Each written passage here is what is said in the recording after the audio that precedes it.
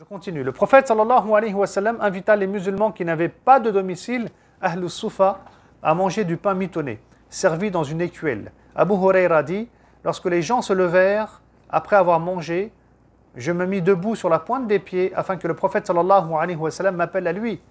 Il n'y avait plus que quelques restes dispersés ici et là dans l'écuelle. Le prophète sallallahu alayhi wa sallam rassembla alors le tout et prépara une bouchée qu'il plaça entre ses doigts. Il dit ensuite, mange au nom de Dieu.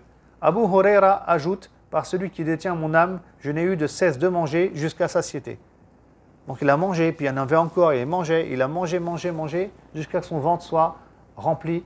Abu Huraira radiyallahu ta'ala anhu, qui faisait partie des Ahlus Sufa. Et les Ahlus Sufa, ce sont ces musulmans qui vivaient dans la mosquée du prophète sallallahu alayhi wa sallam. Et parmi eux, il y avait ceux qui voulaient être au service du messager de Dieu, sallallahu alayhi wa sallam. Parmi eux, il y avait ceux qui voulaient apprendre l'islam, comme Abu Huraira d'ailleurs, qui vivait dans la mosquée pour mémoriser un maximum de hadiths du prophète sallallahu alayhi wa sallam. Et les autres généralement, les Ahlus Sufa, ce n'étaient pas des sans domicile fixe, comme certains pensent, mais c'était des émigrés qui avaient quitté la Mecque, ou bien leur tribu, pour s'installer à Médine.